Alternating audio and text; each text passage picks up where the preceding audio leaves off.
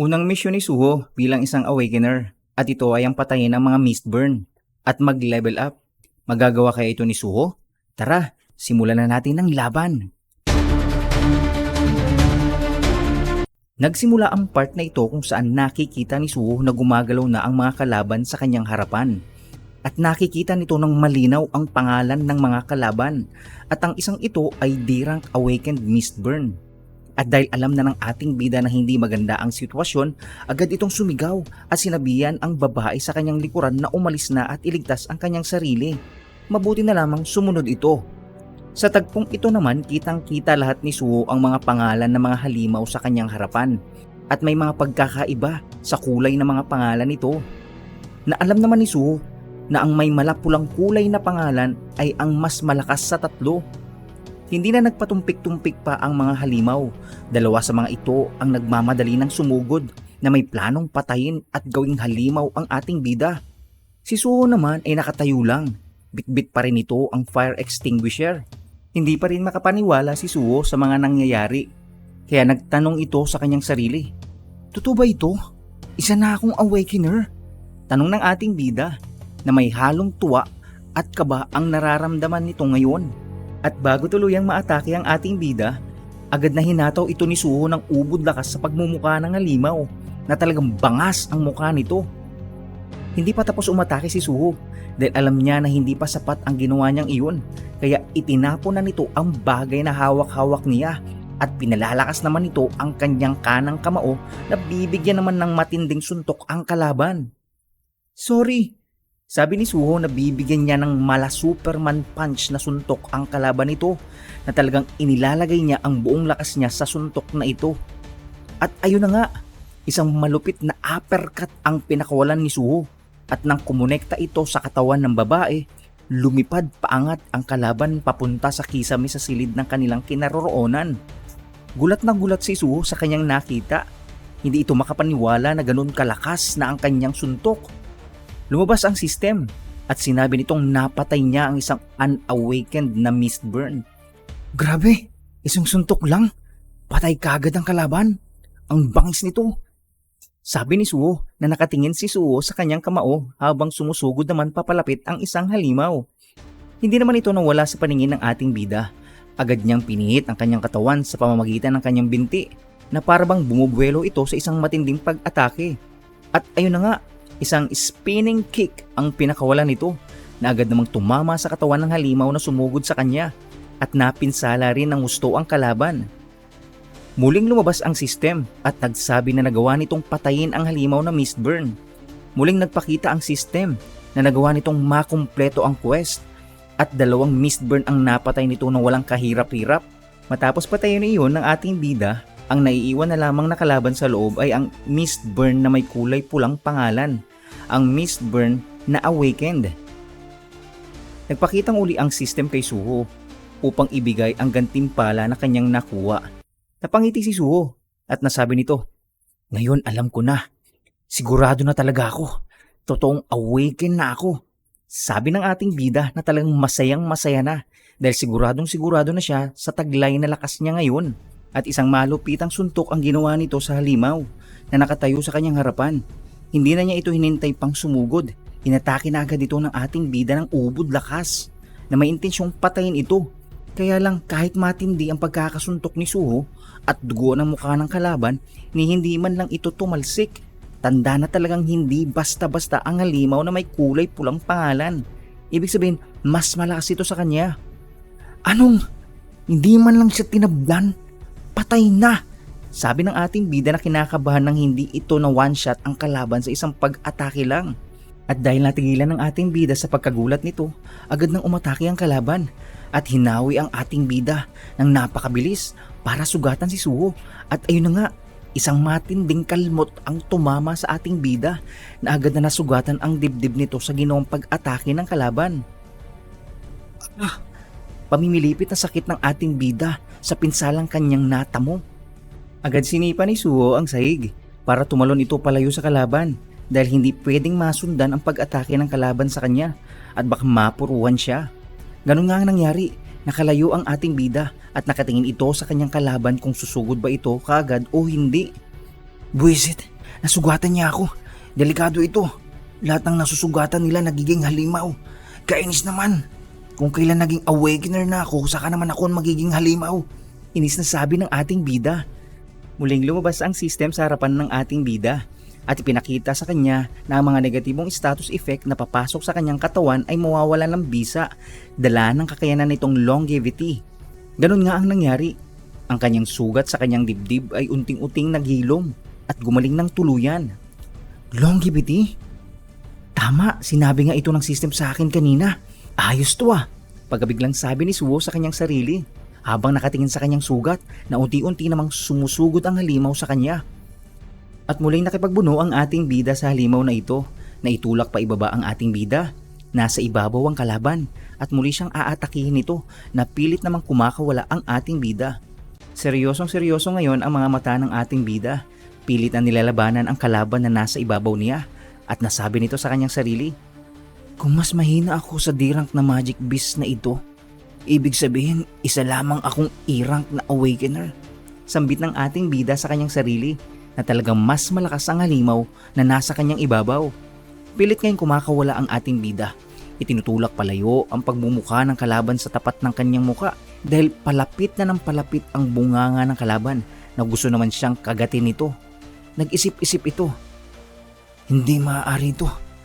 Tiyak may paraan pa, sabi ng ating bida. At bago tuluyang masakmal ang ating bida ng kalaban, bigla itong natigilan at nanlaki ang mga mata nito na ang sabi, teka, alam ko na, sabi ni Suho. Ang bagay na naisip ni Suho ay tanggapin at buksan ang gantimpalang kanyang nakuha sa unang misyon na kanyang nagawa. At ang mga ito ay bigyan siya ng plus 5 na stat point at plus 3 na stat point sa strength nito. Kaya ipinakita ngayon ng system sa ating bida na may kabuuan na siyang 14 na strength sa kanyang stats. At dahil doon, buong tapang nang pumapalag ang ating bida. Lumayas ka sa harapan ko! Galit na sabi ng ating bida. Nagigil na ito ngayon. At hindi nga nagtagal ay nagawa ni Suho na mapatalsik ang kalaban. Sinipa niya ito ng ubod lakas at tumilapon ito palayo sa kanya. Ganun pa man, buhay pa rin ang halimaw at nagbabadya na naman na umatake sa ating bida. Tanda na hindi pa tapos ang kanilang laban. Kaya lang bago pa umatake ang kalaban ni Suho, agad nang lumundag ang ating bida pasugod rito at isang Superman punch na naman ang pakakawalan nito na agad ring tinamaan ng kalaban. Sa itsura ng ating bida talagang hindi bubuhayin ang tatamaan ng suntok nito. Kaya lang hindi na naman tinabla ng kalaban. Tanda na hindi nagkakalayo ang kanilang lakas na maaring mas malakas pa rin ang halimaw na ito kaysa sa ating bida. At nakahanda na naman ang kaliwang kamay nito para kalmutin uli ang ating bida. At ayun na nga, sunod-sunod na kalmot ang inabot ng ating bida. Napakabilis ng kamay ng kalaban. Punit-punit ang dibdib nito na talagang nagtatalsikan rin ng mga dugo rito. Naramdam ni Suho ang hapdi sa kanyang mga sugat. Kainis, kahit tumas na ang strength ko, wala pa rin akong magawa sa isang ito. Kung ganon, ilalagay ko na lang lahat ng stats na nakuha ko sa strength. Sabi ng ating bida na mas papataasin pa niya ang kanyang stat na strength. Kaya mula 14 na kanyang strength ay tumaas na ito ng 19. Tanda na talagang mas pinalakas na ang katawan nito kaysa sa nakaraan niyang lakas. Na muling iniipon ni Suho ang kanyang lakas sa kanyang kamao.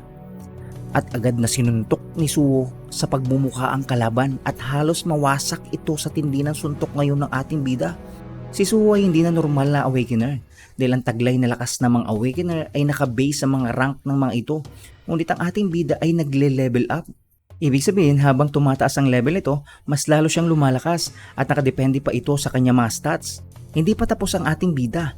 Matapos siyang suntukin sa pagmumuka ang halimaw, agad itong yumuko at niratrat ng suntok ni Suho ang katawan ng halimaw na ito at halos magkawasak-wasak ang halimaw. Hindi pa tapos ang ating bida na manggigil. Talagang balak nitong wakasan ang buhay ng halimaw. Sigaw ng ating bida na ubod lakas nitong susuntukin ng kalaban. Sa lugar na ito, mga katabing silid ng lugar kung saan nakikipaglaban ng ating bida, rinig na rinig rito ang isang matinding pagyanig na parabang lumilindol ng matindi sa paligid at unti-unting nawawasak ang pader na ito. Lahat ng bracket na nakasuporta sa pader na ito ay nagkakalasan. Tanda na may matinding puwersa ang tumutulak rito. Ayun naman pala, dito tumagos ang halimaw na sinuntok ng ating bida Isang suntok na talagang hindi bubuhayin ang tatamaan nito dahil kanyang wawasakin ang anumang pader na umaharang. Kitang-kita sa mukha ng ating bida na talagang binuhos niya ang lahat sa suntok na iyon at wala itong balak na buhayin pa ang halimaw na kanyang nakalaban dahil pinahihirapan siya nito. Hindi pa tapos ang suntok ng ating bida, talagang tuloy-tuloy ang pagkakatulak ng suntok nito sa kalaban at tagus-tagusan na ito sa mga pader sa paligid. Nawawasakin talaga ni Suho ang kanyang kalaban at matapos noon binitawan na ito ng ating bida at lipad ang katawan ng halimaw sa tindi ng suntok ni Suho. Walang anumang pader o harang ang nakapigil rito. Ganon rin sa impact na pagtama ng katawan ng halimaw. Napahinga ng malalim ang ating bida sa tagpong iyon. Talagang hiningal ito, dala ng kanyang matinding bugso ng damdamin at patuloy pa rin nakakuyom ang kanyang kamao na matigas pa rin sa galit. Muling lumabas ang system at sinabi nito kay Suho na nagawa nitong mapatay ang D-rank na Mistburn at nag-level up pa ito ng ilang beses. Napaupo ang ating bida sa nagawa niyang butas sa pader at nasabi nito, "Sa wakas natalo ko rin ang isang iyon." Masayang sabi ng ating bida. Napatingin pa ito sa kanyang mga kamay na talagang hindi makapaniwala sa nangyari. Pawis na pawis rin ito. Tanda na talagang napalaban ito ng gusto sa D-rank na halimaw at bigla pa niyang pinatigas pa ang kanyang kamao at nagsabi, "Ngayon sigurado na talaga ako. Isa na akong awakener at hindi basta-bastang awakener." Masayang sabi ni Suho na may magagawa na siya para talunin ang mga halimaw, kagaya ng mga nilalang na nagliligtas sa mga tao. Kaya lang, habang ninanamnam ni Suho ang sandaling nagawa niyang talunin ang mas malakas na halimaw kaysa sa kanya, nakaramdam ito ng matinding puwersa na isang banta, panganib na paparating sa kanya. Ganun pa man, wala nang takot sa mga mata ngayon ng ating bida. Kaya buwaba na ito sa kanyang pagkakaupo at kanyang sinabi, "Hindi ko na kailangan matakot. Ngayong awakened na ako, kaya ko nang iligtas ang mga tao at ayusin ang krisis na itong aming kinaharap ngayon." Nakangiting sabi ng ating bida na sasalubungin niya ang paparating na kalaban. Ang halimaw na ito ay agad na naramdaman ng isang nilalang na dapat niyang kalabanin, kaya dahan-dahan na itong lumapit sa target nito. At hindi rin nagtagal ay nagmamadali na itong tumakbo, bit-bit ang kanyang espada pasugod sa lugar kung saan naroon si Suho. At isang matinding lundag ang ginawa nito. Naglaho siyang parang bula sa ibabaw at papunta ngayon sa itaas kung saan naroon si Suho. Sinilip ng ating bida ang ibaba at tinitignan nito ngayon kung ano ang sitwasyon sa ibaba nito. Biglang nanlaki ang kanyang mga mata. Nagulat siya sa kanyang nakita dahil hindi niya inaasahan ang lumitaw sa kanyang paningin ngayon. Ayun naman pala, sa pagkakasilip ng ating bida, biglang maisang halimaw ang nasa kanyang harapan ngayon na nakahandang tagpasin siya gamit ang espada nito na hindi namang nakahanda si Suho. Ang halimaw ngayon na nakikita ng ating bida ay may pulang pangalan. Tanda na mas malakas ito sa kanya. Ito ay isang C-rank na awakened Mistburn. Ito si Kim Jong-soo, ang mataas na ranggo na awakened na naging halimaw. Sa bilis ng pangyayari, wasak ang bintanang kinaroroonan ng ating bida. Animoy may sumabog na isang matinding bomba sa lugar na ito. Sa tindi na pagkakawasak nito, ano na kaya ngayon ang nangyari kay Suho? Buhay pa kaya ito? Abangan!